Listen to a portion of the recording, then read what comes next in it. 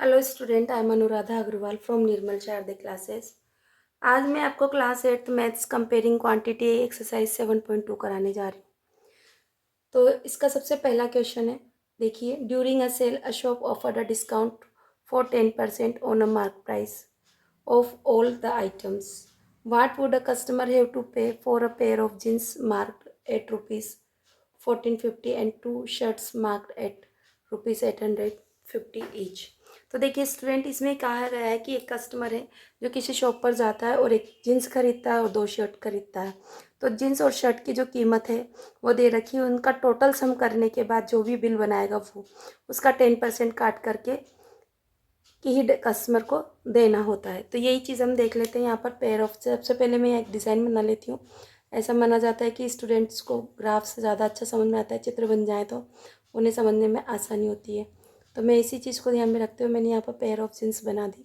ये जींस है, क्या है ये जींस, यहाँ पर लिखा हुआ भी है। और मैं 2 शर्ट्स बना देती हूँ ना। तो शर्ट्स का ये देखो, ये शर्ट्स हैं जो हमारे कस्टमर ने खरीदी है, ठीक है। तो आप देखेंगे जब आप ये सब चीज़ देख रहे हैं ना, तो यहाँ देखिए जो शर्ट है ना, शर्ट की रेट है 850। इस शर्ट की कीमत भी 850 है, मतलब 2 शर्ट्स एक जैसी खरीदी उसने। और 1450 रुपीज़ जो है उसका जींस का है। तो जब हम इन तीनों को का सम करेंगे तो हमारे पास स्टूडेंट कितना आएगा, 1350 रुपीज़। आप सम करके देख लीजिएगा। तो ये आ गया। अब इस पर 10% डिस्काउंट निकालना। 10% डिस्काउंट का मतलब क्या होता है स्टूडेंट, आप जानते हैं डिस्काउंट का मतलब क्या होता है कि 100 रुपीज़ है तो उसमें से 10 लेस करना है। तो मेरा जो बिल है 300,150 का, तो मैं इसको कट जब करूँगी तो आप देखो 10 से 10, 10 से 10 हमारा कैंसिल आउट हो गया। तो 315 रुपीज़ हमारा डिस्काउंट आया है ना। तो डिस्काउंट, अब मुझे क्या पे करना है, कस्टमर हैव टू पे क्या करना होगा, 3150 जो रुपीज़ थे। मार्क प्राइस ही क्या थी, एमपी, क्या था, एमपी। मार्क प्राइस में से आप डिस्काउंट 315 कट करोगे। तो आप जब इसको लेस करोगे तो आपके पास में आंसर आ रहा है, आपके पास आंसर आ जाएगा स्टूडेंट 2850 रुपीज़। 28 यहाँ पर अपन करके देख लेते हैं। 3150 को 315 से करते हैं ज़ीरो, क्या बचेगा, ज़ीरो में से 5 माइनस किया तो 5 बोरो करेंगे। सब कुछ सिखाने की ज़रूरत नहीं है। 5 यहाँ 4 रह जाता है, 4 में से 1 गया तो 3, और 11 में से 8 जाएगा तो क्या बचे, 11 में से 3 जाएगा तो 8, और क्या बचा यहाँ पर 2। तो हमारा कितना 2835 रुपीज़ हमारे कस्टमर को पे करना होगा स्टूडेंट। अब आगे चलते हैं, हम इस सवाल को लिखेंगे कैसे, है ना। ये तो हमारा हो गया कंप्लीट सॉल्यूशन, ठीक है, जो कस्टमर को लास्ट में पे करना होगा। अब यहाँ लिखने का तरीका देखें। सॉल्यूशन लिखती हूँ। सॉल्यूशन क्या लिखा मैंने, सॉल्यूशन सबसे पहले लिखती हूँ एमपी, मार्क प्राइस या MP of shirt, MP of 2 shirts कर देती हूँ, 2 शर्ट्स डायरेक्टली लिख देती हूँ। शर्ट कितना हो गया स्टूडेंट हमारा, 2 मल्टीप्लाई 850 रुपीज़, क्योंकि कहा ना ईच शर्ट, एक शर्ट की कीमत क्या है, ये है 2 शर्ट्स। तो ठीक है, तो ये कितना हो गया 1700 रुपीज़। और एमपी ऑफ जींस क्या दे रखा है, क्योंकि आप वैल्यूज़ तो बताएंगे ना, 1450 रुपीज़। टोटल एमपी कितना हो गया स्टूडेंट, टोटल एमपी जो कस्टमर को पे करना है 1700 प्लस 1450 रुपीज़ इक्वल टू हमारा हो गया 3150 रुपीज़। जब हम आप इसको जोड़ेंगे तो यही होगा। अब स्टूडेंट क्या कहा गया है, डिस्काउंट। डिस्काउंट कितना दिया हुआ है स्टूडेंट, 10%। किस पर दिया है, ऑफ एमपी पर। तो एमपी अभी हमने एमपी तो निकाला जो टोटल पे करना, तो 10% निकाल लेते हैं। तो 100 पर 10 रुपीज़ डिस्काउंट है, तो 3150 पर कितना होगा, 10 से 10, 10 से 10 कितना हो गया 315 रुपीज़, क्या हो गया आपका डिस्काउंट टोटल बिल पर, है ना। तो कस्टमर हैव टू पे है ना, कस्टमर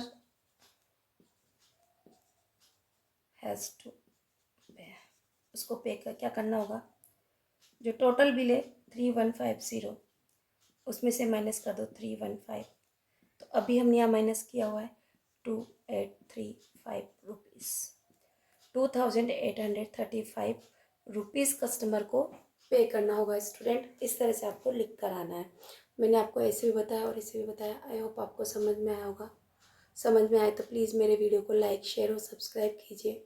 आप कहेंगे मैम थोड़ा जल्दी जल्दी मिटा देती है, थोड़ा जल्दी करने के लिए कि वीडियो लंबी ना हो, इसलिए थोड़ा सा मिस्टेक हो जाती है। उसके लिए थोड़ा मैं सॉरी बोलती हूँ आपको, बट आगे से ध्यान रखूँगी, आराम से चलें। Thank you student. क्वेश्चन चलते हैं। The price of a TV is 13,000. The sale tax charged on it is at the rate of 12%. Find the amount that Vinod will have to pay if he buy it. एक television set है student. क्या एक television set है? ये television set है हमारा। यहाँ पर हमारी एक टीवी चल रही है, हमको नहीं पता, हमने एक सीधा सा सिंपल इसे बना लिया और इसकी कीमत कितनी लिखी हुई है? 13,000 लिखा हुआ है। अगर ये टीवी अगर आप ख़रीदना चाहते हैं, हमारे विनोद जी इसको ख़रीदना चाहते हैं और विनोद जी इस टीवी को खरीदने जाते हैं, तो दुकानदार उनसे कहता है कि 12% आपको एक्स्ट्रा देना होगा। 12% का मतलब है 100 रुपये अगर हैं तो आपको कितना देना पड़ेगा? 12 रुपये अधिक देना पड़ेगा। यानी कि आपको 112 रुपये पे करने पड़ेंगे। कितने? 112 रुपये पे करने होंगे। तो स्टूडेंट, जब अभी थोड़ी देर पहले हमने 10% डिस्काउंट निकाला था किसी भी अमाउंट पे 10%, मैं कहती हूँ कि 200 पे 10%, तो आपने क्या किया था? 10 से 10, 10 से 10 कैंसिल। तो अगर 10% निकालना है 200 का तो 2 रुपीज़ हुआ। आपको क्या करना होता है? यहाँ से जीरोज़ गायब करनी होती है। कितनी जीरोज़ गायब करनी होती है?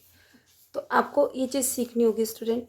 यहाँ देखो, यहाँ पर मेरा 13,000 रुपीज़। कितना? 13,000। अगर इसमें मैं 12% डिस्काउंट निकालती हूँ, 12% डिस्काउंट, तो 12/100 करूँगी तो 20 से 20 कट कर दो, कितना बचा? 130 रुपीज़। कितना बचा?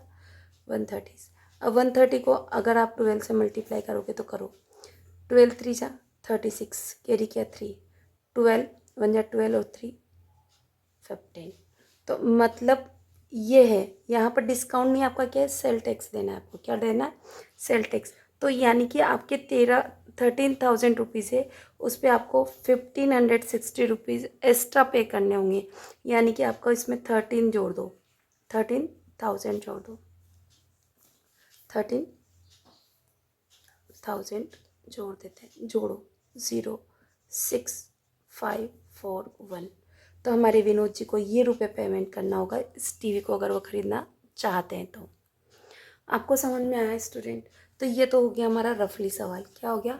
रफ सवाल, कि हमने आंसर देख लिया कि हमें हमारे विनोद को अगर वो टीवी खरीदता है तो उसको सेल टैक्स देना होगा। सेल टैक्स 12% है। 12% का मतलब हमने कितने रुपये निकाले? 1560 रुपीज़ निकाले, तो वो प्लस हो जाएगा 13,000 में। तो चलें अब इस क्वेश्चन को हम यहाँ पर लिखते हैं सॉल्यूशन पे। आपको क्योंकि पेपर में तो तरीके से करना होगा, तो सॉल्यूशन में क्या करेंगे आप? Price of TV. Price of TV क्या है? ₹13,000। ठीक स्टूडेंट। इसके बाद में सेल टैक्स चार्ज क्या है? सेल्स टैक्स चार्जेस आपको कहीं से नहीं लिखना है स्टूडेंट, सब कुछ ही दिया हुआ है। टीवी का चार्जेस है, सेल टैक्स चार्ज 12% है। कितना है? 12%, मतलब 100 रुपये पे 12 रुपये हैं आपके। अब आप क्या करेंगे? आप किसका? ऑफ 13,000 रुपीज़ पर है, तो आप इसको निकाल लेंगे। तो रुपीज़ आपके क्या आएंगे स्टूडेंट? 12% का 12/100 मल्टीप्लाई में 13,000। ठीक है स्टूडेंट। 1020 से 20 कट हो गया, वही हो गया 13 मल्टीप्लाई बाय 12। तो हमारा आ रहा है यहाँ पर कितना आ रहा है स्टूडेंट? मल्टीप्लाई करने पे हमारा 1560 रुपीज़। ये क्या है? Sale tax charge. क्या है आपका? Sale tax charge. तो सेल टैक्स चार्ज को ही तो प्लस करेंगे ना आपको। तो यहाँ पर मैं लिखूँगी अब, है ना, ये तो आपको लिखना पड़ेगा, अंडरलाइन करना है ऐसे पेपर में। अंडरलाइन करने के बाद में, इसलिए since amount paid by Vinod, क्योंकि विनोद ही तो टीवी खरीदने के लिए जा रहा है फॉर टीवी, टीवी तो खरीदेगा ना, फॉर टीवी के लिए देगा। कितना देगा? 13,000 रुपीज़ बराबर कर दे अपन। 13,000 प्लस 15 60, टोटल जोड़ के हमने यहाँ बता रखा है आपको स्टूडेंट, ठीक है। तो यहाँ पर हमने जोड़ा था कितना? 14,560 rupees Vinod have to bye.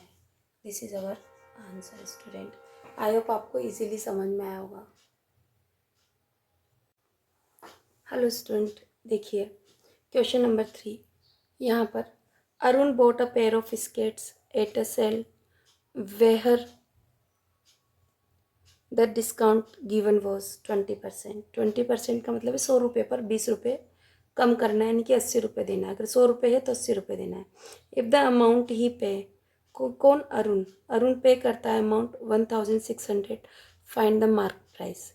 तो स्केट्स आप सब कुछ जानते हैं, ज़मीन पे चलने वाले, जिसे पहिए लगे होते हैं, पैरों में पहन कर बच्चे चलते हैं। स्केट्स बर्फ़ वगैरह में भी किया जाता है, ठीक है।